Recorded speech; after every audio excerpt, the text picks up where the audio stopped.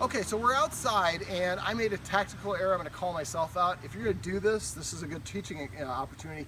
Don't play fetch if you have a retrieving dog before you do the watch exercise or any sort of walking or heeling exercise, because all Stanley wants to do at this point is play frisbee or ball.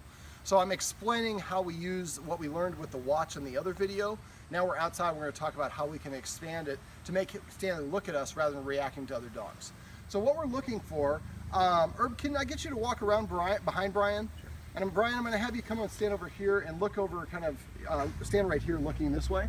So over here we have a tree, and we're going to imagine that everything on this side of the tree is, there's shrubs and trees you can't see.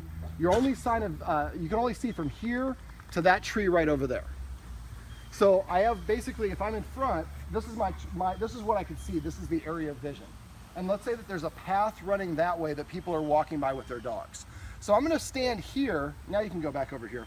I'm going to stand here with Stanley at a sitting position. I'm going to keep walking away until I find a place where Stanley can sit and watch the dogs walk with that, and I can give him a treat and he's able to take the treat. If it's too close, he's going to look around the treat and he's going to want to get up and he's going to bark at the other dogs. So let's say we got to 50 feet away or 50 yards away. What I do then, Stanley! You're getting a stick. Yeah. It's a unique way to get a stick. Nobody, if I can't play fetch, I'm going to make my own tool. Again, another example of why you shouldn't do this first. I'll play fetch first.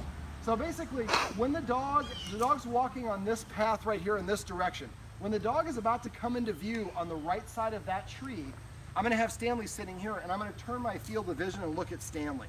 Now, Stanley's going to be kind of hanging out. As soon as he sees the dog, he's going to do this. He's going to lower his head and start staring. As soon as he does that, well, not as soon as he does that, when he does that, I'm going to give him about a half a second to 1 second. Then I'm going to turn to face him and I'm going to say, watch. As soon as he looks up to me, I'm going to go and do the watch exercise. And then we're going to wait until the next time. And when he does that, sometimes I'll let them nibble on the treat. I hold on to it rather than popping in their mouth, and that keeps him from looking and reacting to the other dog.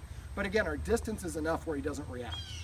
We're going to keep on doing that at this distance, and I wait a half second to 1 second before I say watch every time the dog comes into the clear. The reason for that is eventually he's going to associate, when I see the dog, if I look up at the human, I get the treat.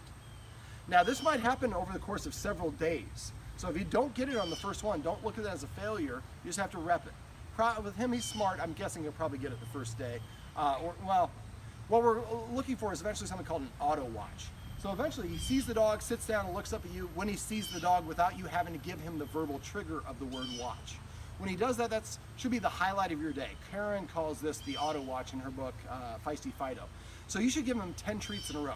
Watch, watch, watch. Every time the treat touches his lips, he hears the word watch. We're him saying, what did I just do? Because I just got the mother load of treats. So once we start getting to the point, and then that would be a good time to stop, unless you just started. Always stop on a good one. Then we're going to keep on practicing at this distance until every time he sees the dog over there, he looks up at you and auto watches. Once that's the case, then I'm going to take, next time I do it, I'm going to take 2 steps closer, the next visit. Or I could do the same visit, but I'm going to take 2 steps closer and practice the same thing until I get an auto watch every time that he sees the dog over there. Then I'm going to take another step and get a little bit closer. Eventually we're going to get to the point where the path is right here and he's watching the dog. As soon as he sees the dog, he sits down and looks up at his guardian to get that treat. So once you get to this point, we're averting their gaze. We're averting the dog's gaze. Dog's going to look at one thing at a time. Now he's dog reactive. I don't think it's dog aggressive. I think it's dog reactive. He's probably frustrated. He wants to sniff, or he doesn't have a lot of experience, doesn't know how to interact with the dogs. But if just like us, if you kind of give somebody the finger, they might give you the finger back. If he's all boisterous and bouncy towards another dog, that's going to provoke a response, and they're going to cascade off of one another. But if the other dog sees Stanley sits down and looks like this, he's not even looking at the dog, that helps the other dog. Like, he's not challenging me. I don't have to give him the finger or bluster or bark back at him. I'm going to go about my business. So now you have 2 dogs that are helping relax each other. So this is basically the summation of the watch, and this is something that's probably going to take you a couple of weeks before you really achieve it.